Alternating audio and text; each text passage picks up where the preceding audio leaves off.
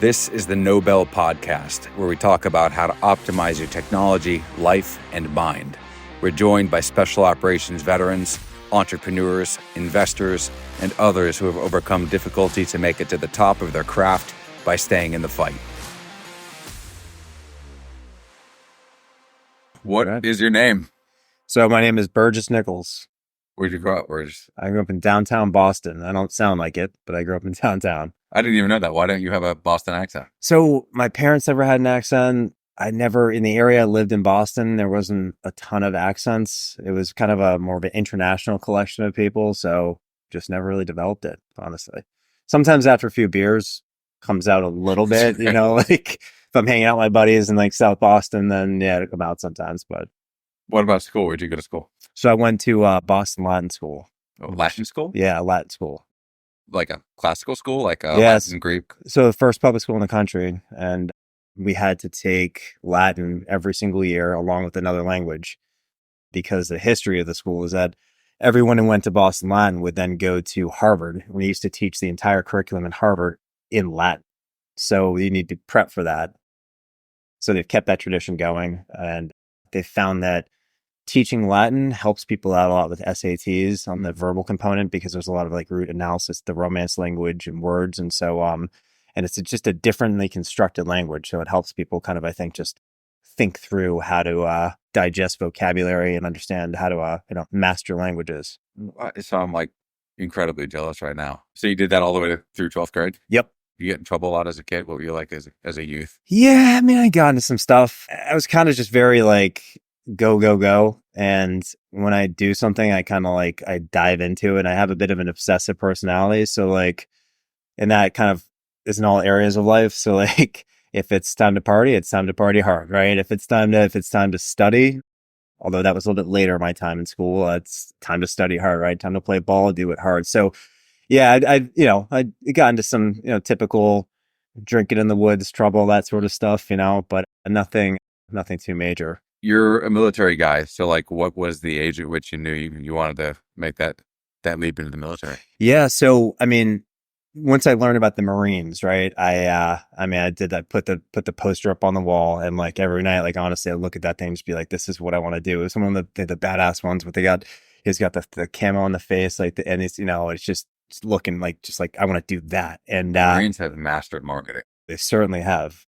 They did, and they had it with me. I mean, I was like, I want to do it. And so I told my parents, like, I want to be an infantry Marine. Like, I want to go do this. And, my mom wasn't loving that idea. But then we went down to Baltimore to go see a baseball game, see the Orioles play. And it ended up being Cal Ripken's last game in his streak of like, however many thousands of games he played without, sitting on the bench. The next day, my mom's like, I want to go see I want to go see, Annapolis and check out the water there, because there's a beautiful view of the water down the inner part of Annapolis. And so I'd never heard of the Naval Academy or anything like that. We went down there, and there was a boat show going on, and we could not really have direct access to the water. So someone said, we'll just go through the academy. You have great view in there. And so I had no idea what the academy was. I'm like, okay, I'm going. We took a tour, and I was like, look at these like white uniforms. Look at this, like, this is like spring in Annapolis. And I was like, I want to go to this place. And my parents were like, if you want to go to this place, you better focus on your academics, like right now.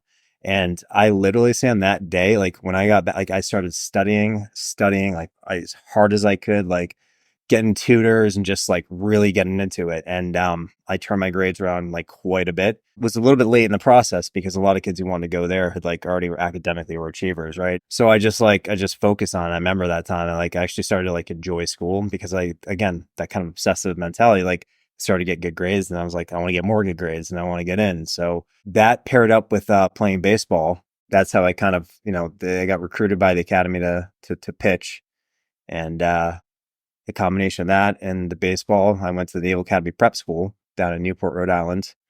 So did a year of prep where they kind of introduced everyone in the prep school to the military, right? In a very unregulated manner. They just kind of like, they sent midshipmen who are currently at the academy to run the plebe summer prep school. Yeah. And they just had free reign to do whatever they wanted. And it was some fun times during that indoctrination period. So you basically did, I know the first year is kind of like the harassment year, I guess you could say. So you did basically 2 harassment years. Yeah.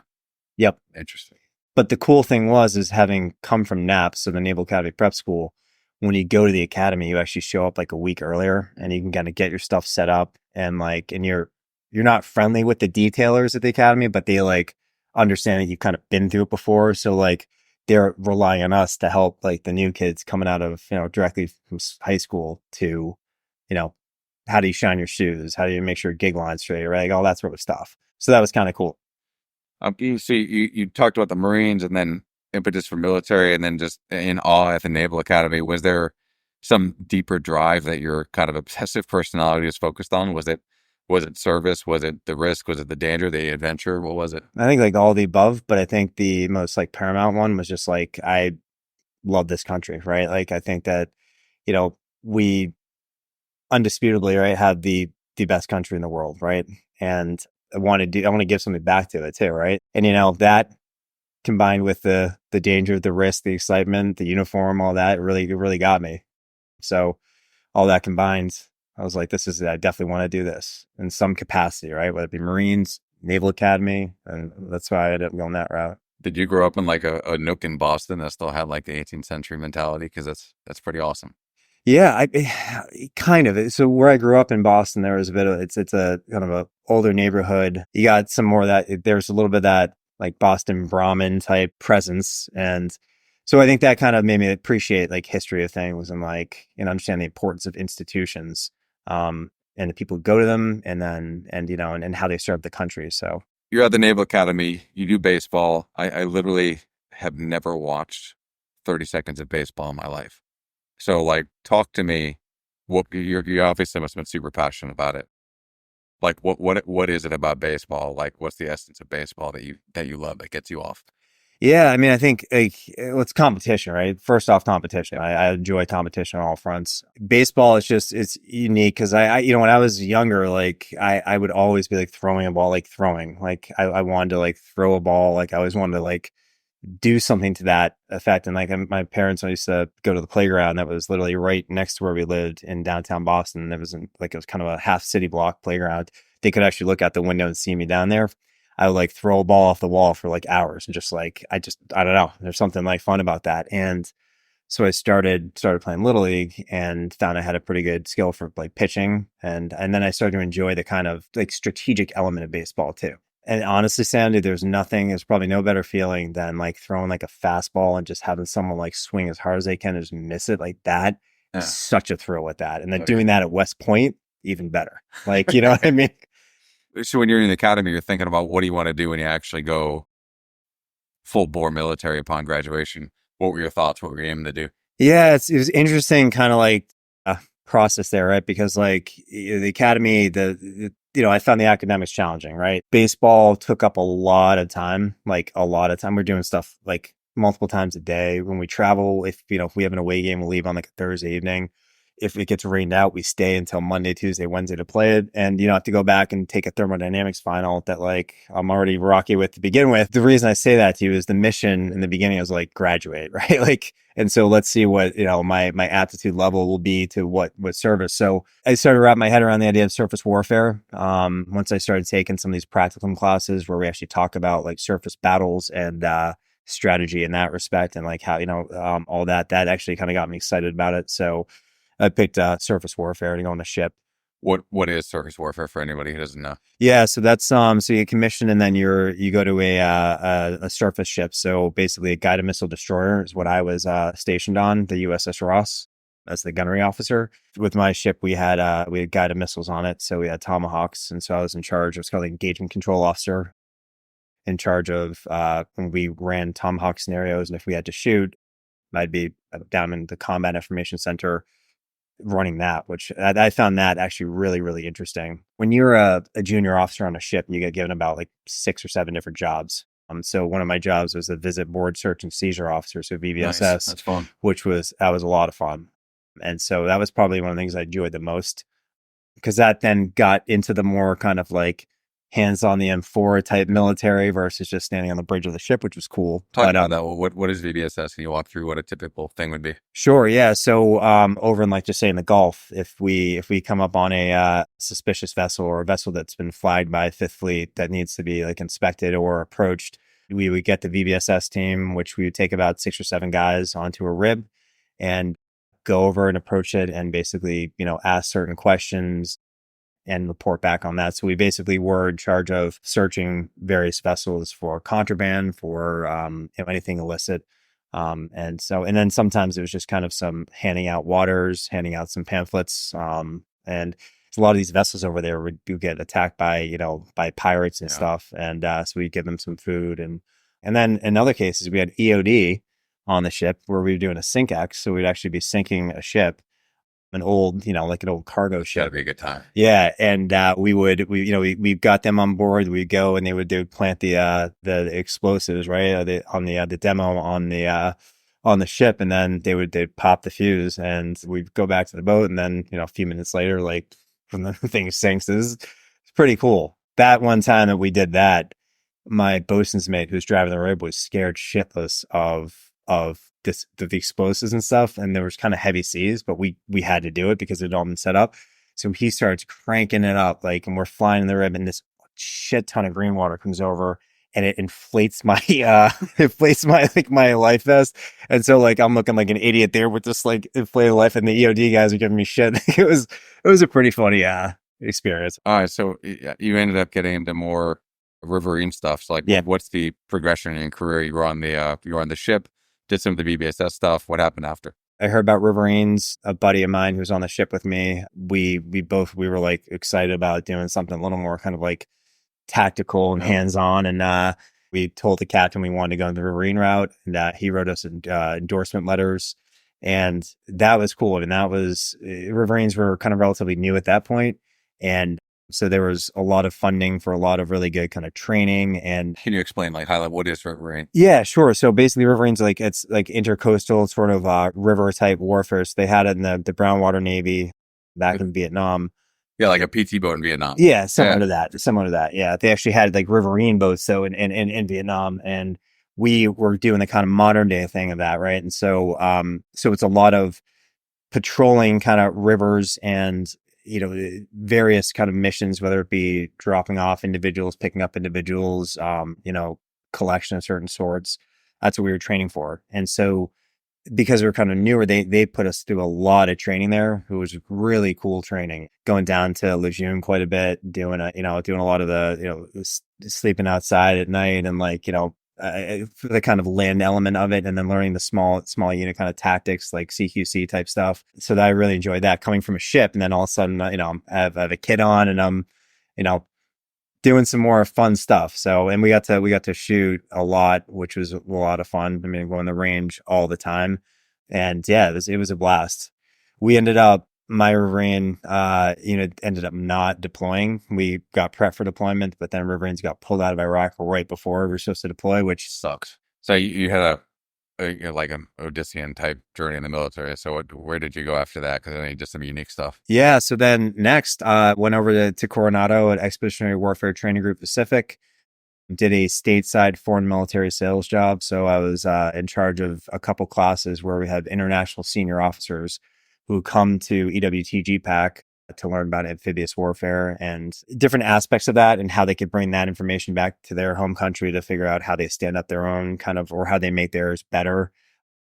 But part of that was flying these officers around the country to show them how we operate as a country. And when I say that, I mean going up to LA to Hollywood to see how the movie industry works, going to DC, checking out, the Capitol, and understanding, our process of how we, pass a bill, into a law. What does Hollywood have to do with anything? So it's called field studies programs, and it's just for them to get an idea. This is how a country that operates under the principles of a democracy works, and why it's actually awesome. Yeah, it's very cool. It was a thing. It is, yeah. And so, and I got to take them to New York. I got to take them all around and just set up tours so they could see this stuff. And we were encouraged, if there was protests going on, as long as they were peaceful, to take them to that too, because they want to show this is how we allow, how people are allowed to, and they have the right to voice their opinion, right, in a public setting. And so it was that sort of stuff, which was very much of felt like kind of a diplomatic type job.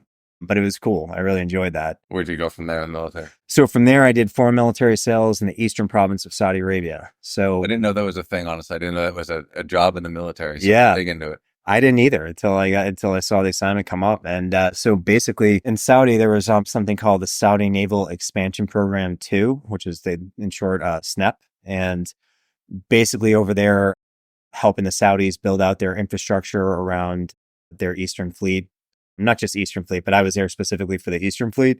And it was a lot of coordination with the Saudis, the Bahrainis, and contractors as well, like, your bigger defense contractors who would come over and discuss, different potential purchases of different equipment, different types of ships. We had a marine element there that would deal with the small arms sort of stuff, and just, keeping them up to speed on the military front of what they're, obviously protecting them from Iran, their biggest concern. So it was a lot of just, engaging with the Saudi counterparts, which that was a culture shock. I mean, dude, like we're used to going somewhere and being like, all right, here are objectives, let's get it done. So the first day I go and meet my counterpart, I'm like, hi, Burgess Nichols, nice to meet you. And we have a little back and forth, and I start talking about, what we want to accomplish. And he's like, whoa, whoa, whoa, whoa, whoa. And we talked about family. We talked about where I like to travel to. We talked about my wife. We talked about everything, right? It was only probably like the second or third week where we actually started to like get into like, okay, Wow. the planning and the work. There's an element of trust that needs to be developed first before they really feel comfortable working with you. So I had to slow it down a bit. And that was tough, right? Because I think, we're You're similar Boston guy, mindset, just it was like, you, let's yeah. do it. Yeah. And like, I mean, we got stuff done. It was, ended up going out with, with that counterpart, meeting his family, and, going out to a barbecue in the desert. And it was cool. I mean, it was a good experience there for a year and a half. Got some awesome traveling done when I was over there, in the region. It's a short flight to a lot of cool countries. So I enjoyed it. But a year and a half was plenty enough time in Saudi Arabia. Anything else in the military after that? Was that your last? That was it. When I got out, yeah, I went to the reserves, and I really enjoyed the unit I joined there. A lot of reserve units, some stuff going on. It's kind of a weekend, you do training and then you're out. We were actively involved with our counterparts in Korea. So I was part of U.S. Forces Korea out of the Naval War College in Newport, which is a very cool institution to work, to be for drill weekends. And we would actively support the unit over in Korea. We would go over there for exercises, went over for 2. The first one, my wife flew over at the end of it, and we went up to the DMZ, went all around Seoul, and like such a cool country. But it was cool because I felt like I was definitely still kind of connected to the military, in not only an administrative way, but an actual kind of hands-on way, which was cool to be doing as I was actually working, a full-time job. What was the decision process when you realized you weren't going to make a career but wanted to transition out? I had just come back from a year and a half in Saudi Arabia, and I felt like I got some cool stuff done. I had a pretty eclectic background of what I was doing in the Navy, just the various jobs, right? And I felt like I got in a good fill of it, and I wanted to go see what the private sector had. And I've been always interested in investments and finance, and so I was excited to get into that. So that's what I did. Did you find the transition from military to civilian difficult? In retrospect, yes. I think there's a mindset of like, you constantly talked up that, well, you've been in the military, there's a lot of leadership skills that you've learned, and you can, immediately directly apply those and just immediately be wildly successful, right? And I was like, so I came out thinking like, all right, I'm going to go crush it, right? I'm just going to I'm going to take it over. And you get out and you realize, well, yes, a lot of the skills apply. You have to learn a whole new lexicon, right? You have to learn a whole new way of kind of operating with people and how like people interact, right? And how you work efficiently in a business, and how you actually and how you apply that leadership skills and that stuff you learn in the military in the corporate setting. My first job that I got out of the military was at Goldman Sachs, and I did a Veterans Integration Program, which is a phenomenal program. And my manager there was a West Point '07 guy. His name's Nice. Bill Fiorito, great guy. And one of the best pieces of advice he gave me when we had our check-in is like, we have these weekly check-ins, just like, how's everything going, all that. And he's like, a lot of like transitioning veterans will be like, I need to kind of drop the military stuff and just get into the corporate world and just like become a corporate, individual in society. It's like, but you realize like one of the reasons why like Goldman hired you, one of the reasons, that you're here doing well is because you take some of the skill set that you learn in the military and apply it in the corporate setting. And they want that. That's the reason they're hiring them, right? And so I think it's important to remember that like you don't shed your military experience and try to like take on that new, potentially what this is about, like the new face, right? You got to think about what is going to be effective that I learned in the military and that applies to the corporate setting and do that. And once I started thinking about like that, I was like, okay, like I'm going to use some of these skills and I'm going to apply them here. And I'm going to see how it works. And it ended up working pretty well. That's usually a question I ask is like any advice for people transitioning, but that's a good one. Don't shed it. Yeah. Literally embrace it. Embrace it. Yeah. Yep. So you did Goldman. Where else did you work post? Yep. So after Goldman, I went over to so I started doing my part-time like night MBA at Boston College. And I went over to work at a firm called Grantham, Mayo and Van Otterloo. And worked in data management, which I mean, my background is political science and, I was totally something new, but the hiring manager there, who was a great guy, he was like, you seem like the type of guy that's trainable and like you can bring some, you bring some value, you're going to bring some value to this. So you're going to learn how to do this stuff. And I went over there and it was a lot about, learning some of these technical skills like SQL and a lot of kind of Microsoft Excel modeling, that sort of stuff, which again, once I started getting into it, I started taking all these tutorials and I was like, no, it's better to know how to do this well than it is to just understand how to do what I need to do. So I kind of really got into it. Yeah. And I was there for about a year and a half and it was good. Again, learned a lot from it. It wasn't the job. I knew it wasn't the job I was going to stay at doing it forever. And that was perfect timing with when my MBA finished up. And that's when I moved over into consulting at Ernst & Young after that. So it was Goldman, data, consulting. Yep. Zeros. Yep. So I wonder, this is the question I love asking because the value of a business school degree, of an MBA, you get radical different opinions on it. So you go from the military to you hit all, you did finance, you did data, you did consulting, and you got a business school degree.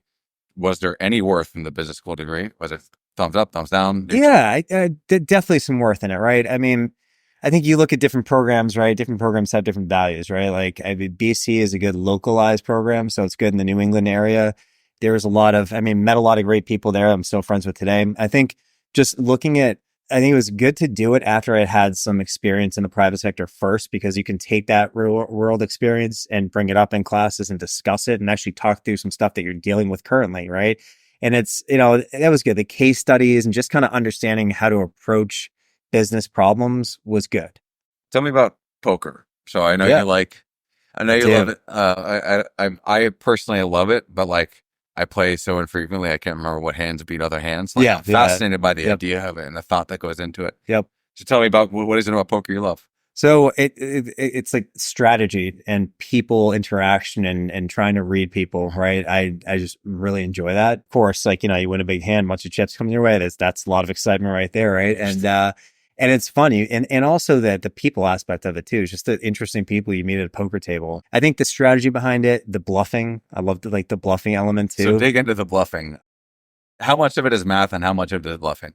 So it's tough to say, right? I mean, I think once you sit down at a table and you understand who you're sitting with and you kind of get a read on, if you can, as best you can, get a read on how people are interacting, how people are playing, then you can kind of know maybe when you can take a stab at like a good bluff and, how you got to ride it through and that gets the heart going. But it's a weird feeling to sit there in a big bluff and have your heart going and have to maintain just a steady hand and there's something about that that's also just very like the adrenaline kicks up and I love it. And then after you play well, the math just starts to kind of like, and by no means am I a phenomenal poker player, but like the math just starts to kind of come when you see what's out there. You kind of know that like where you're at in the hand and how it can drastically change with that next card, right? Which I think is cool. It's shifting landscape that you got to keep reading. And I enjoy that piece of it. It's like a microcosm of life. And like, it totally is. Dig into it a little bit. When you're actually sitting around that table, how are you reading people? What cues are you looking for? And how much time do you need to be relatively certain you could read them properly? Like, what is it like? Yeah. So, I mean, I think there's a lot of things you look for.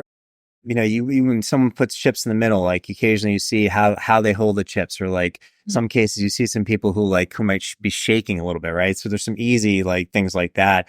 You look at people's chests, like you see the kind of movement you see, And then you start to see, okay, well, you watch each hand, even if you're not playing it, you see, oh, that guy just had a big bluff and he showed everyone. And it's like, then you start thinking back, okay, what was he doing before that? How was he acting? Right. Like, a guy had a toothpick in his mouth and he would take it out a lot when he was contemplating, making a big bet. And then turns out that was a bluff and he got called and he lost. And it's like, so you kind of look for those cues. Some of them are meaningful, some of them are, but figuring out which ones are, once you get it, it's pretty cool. And then, you're not always right with it. Right. But like, it's cool to have it watch that kind of like that human interaction and see how different people act. And then I start thinking, what am I doing that like people are reading too, and, and some people give you feedback right at the table too. Like after a hand, everyone's like all excited and they're like, well, I saw you did this and blah, blah, blah. Like it's not very, strategic to do that, but it's fun, That is super stimulating. My short-term memory is non-existent. So like when I see someone win, I can't remember what they did 3 seconds ago, let alone myself. So like you're literally sitting there stimulated out of their mind, basically. Yeah. It's an exhausting experience if you play for a few hours, right? It is, but. What about some travel? I know you've been to pretty exotic places. Yep. You want to jump into that? Where you've been? What do you like? Yeah. So, I mean, I think some of the coolest places, like when I was living in Saudi, I went to India for 10 days and I flew into to Delhi and I was by myself and I went to Jaipur, went to Agra, took a 23-hour train ride from Delhi to Mumbai. It was wild because I had this vision because I got a first class ticket, which I assume would be like a very nice, car in the train. An English car with heat. Yeah, with heat and tea being served and all that. But it was not. It was 2 bunk beds. I was in this room with an Indian family there as well. And like, it was a good experience, right? It was supposed to only be about 19 hours, but some cows walked across the tracks and stayed in the tracks and the train just stops and just waited 3 hours until they finally got off. And so that's what added the additional like 3.5, 4 hours. But it was a cool experience. You got to see a lot of Indian countryside, and the disparity of living situations in that country is absolutely unreal. I mean, so you go through some places, especially going into Mumbai, you see some of these shack towns that, just ultimate poverty. And it makes you also think about like how good, and I think about my 6-year-old son now and I love him and we spoil him. Right. And you think about, some of these little kids over there and it's just, it's an amazing thing to be exposed to. You probably had like between India, Saudi Arabia, the other places you've been, and then you're a patriot. How does it kind of reframe the way you look at America and its influence? I mean, I think it's important to understand that like when you look at these places, like, yes, I firmly believe that the United States is the best country in the world, right? I also understand why an Indian would think that India is the best country in the world, right? And so you want to, I try to look at through the perspective of the individual there, right? And how they're living. And so you try to really get absorbed in the culture and and understand it. And it just makes you appreciate the comforts that we have and, how we've structured our society and countries so that, the most amount of people can achieve the maximum amount of success. Some countries just don't have that, right? And that disparity is not being addressed, and it is, but you just see it through a different lens. What about shifting gears a little bit? Physical fitness. You got a program out here into cycling. Think about it. When I was at the academy, I ran the one marathon that I ran, just check that box, the Marine Corps marathon. It was an awesome time. After, leaving the academy, not playing baseball anymore, going to a ship, it's like you actually have to go and work out every day to stay in shape. Where at the academy, eat whatever you want, because I know I'm always going to be, either lifting for baseball or running for baseball. I'm like, so you had to actually take some personal ownership of when you do this stuff. And it was actually when I got to San Diego where, I saw cyclists, and I always love I had a motorcycle at the academy, and I always loved 2 wheels. And so I got a bike and I just fell in love with cycling, especially that, the scenery out there, riding right down the Pacific Coast Highway. And, dry heat too. Oh God, it's awesome. And so the longest ride I've gone on is 150 miles in one day. And it was from Boston up to Vermont as part of this whole kind of pack that went. And there's something that, the thinking when you're out there on the bike, just the scenery, just the speed, I mean, everything. And so I usually wake up in the morning and bike, 10 to 15 miles, and just that gets my day going in such a positive way. And my wife will tell you that too. I'm a much happier person after I've gotten off the bike and it's gotten a good workout in. And I love it. And my son loves it too. And so we go all the time now, and can't wait to get him like a road bike, that we can go on long rides together. So is this kind of almost like a meditation time? It really kind of is. Yeah, I never thought about it that way, but it really is. Yeah, it's a lot of time to think. I'll go out there with music or a podcast going, and it's some of the times I think about some of the business problems, or the problems, but things we're dealing with, and some of my most like best solutions come up when I'm on that bike because it's time to think, right? Not distracted by the phone, not distracted by anything else. It's just thinking time. Do you consciously set a thought in your head, or do you kind of just do it and see what comes up to deal with it? It's definitely more the latter. Yeah. Yeah. I mean, sometimes I go out thinking about something because it's just front of mind, and then I'll be thinking about that for a while. But I find that there's almost like an equanimity when you're speaking of the meditation piece, right? When you're out there on that bike, like you start to see problems in a new way. It's weird, but yeah, I don't know what it is, but it gives you that kind of time to do that. That's like the solitude, which that's what meditation is to a certain extent, a solitude. Yep. And it's like for my part, when you're not engaged with someone else, like you're alone, and it's some sort of, whether it's hiking, walking, biking, whatever, it's like your brain gets the chance to unplug from the phone, from the work, from the communication, and just unfuck itself. Yep. Just like deal with whatever it wants to deal with. Definitely. And you're right, it happens naturally. It kind of just spreads it out, and you deal with what comes up, and then all of a sudden it's just at the end of it, after a 60-minute bike ride, just feel calm. Totally. Absolutely. Yeah. It's the best feeling in the world. Priming yourself for the day. It sounds like you bike in the morning. Do you have any other routines you do to try to get yourself sane, ready to rock? I like being up super early in the morning when I know like the majority of people are asleep, and I'm like, just start kind of like, yeah. And that's, find a lot of, freshest like mindset, and then hit the bike, and then it's on from there. So you balance a lot. Like you're always getting after it, many different projects. That is kind of it's an organizational skill, being able to manage your own time wisely. So how do you go about doing that? Is it the night before, the day of? Is it utilizing like your Gmail calendar? Is it your phone? How do you actually allocate and build out and block out your time? Yeah, I think it kind of starts like a little bit on like Sunday evening, right? I start thinking about the week. Look at the week ahead. What are the major events coming up? What's the prep that's needed around that? How much time do I allot to that?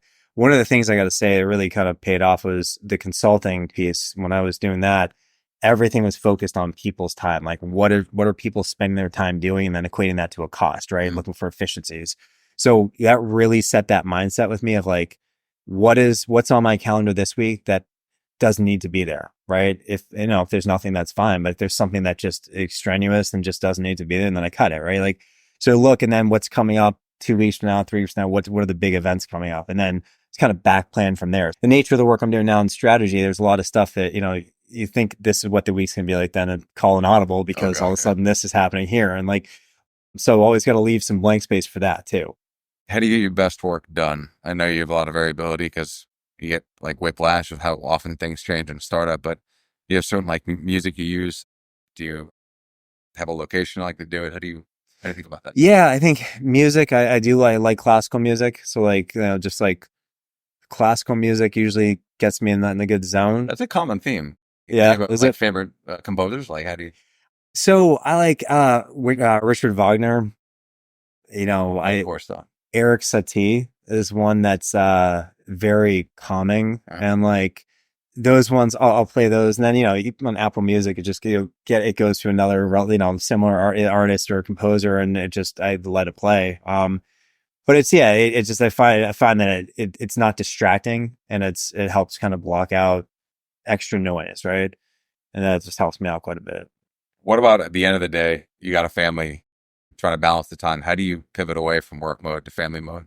Yeah, and admittedly, I know Jessie will listen to this podcast, and she'll say the same thing. Sometimes that's a challenge for me. That transition, that's something I need to work on. As we were all connected with phones, right? You have your work, you have your desk on in your hand. I find it hard to put it down lots of times. So I think, there's certain things where I think like, my son wants to build Legos, and I'll get a reality check from him, and he'll be like, Daddy, can you put your phone down? And at that point, like I throw it to the couch, and I'm like, all right, that's a check right there. To answer your question, something I have to work on. I like always being engaged. I don't like leaving things till tomorrow morning, but I know that there's a certain time when you have to do that. That's one of my works in progress. What about thinking about like smartphone use? We talked about putting it down when your son asked, but do you have a philosophy on like at this time I'm going to shut it down? Not really. Not really. I mean, I wish I could say yes. I wish I could tell you something that would be more healthy, but like, again, working on it. Yeah. Definitely working on it. What about 1, 2, maybe 3 books you think would change people's lives? So in terms of changing people's lives, I'll tell you some books that I found personally like impactful, right? Like one is Master and Margarita. That's written by Mikhail Bulgakov. I've never heard of this. Yeah, so it's a book. It's a Soviet era book that was actually banned because of a lot of criticism of communism, Right.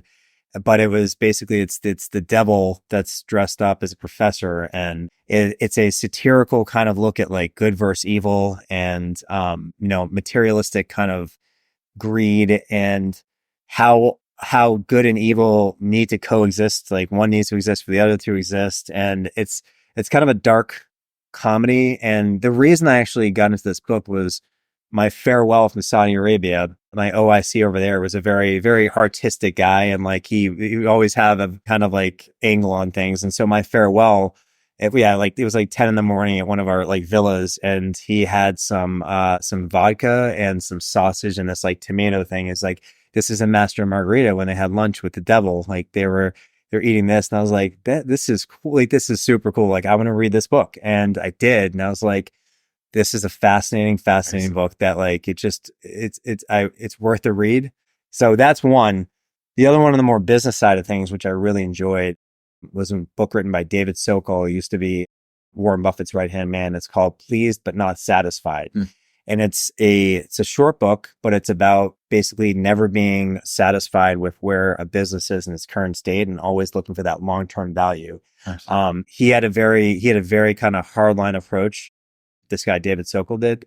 And he really kind of hammers home some of the importance of business efficiencies and focusing on that long-term value and not straying away too much from core competencies.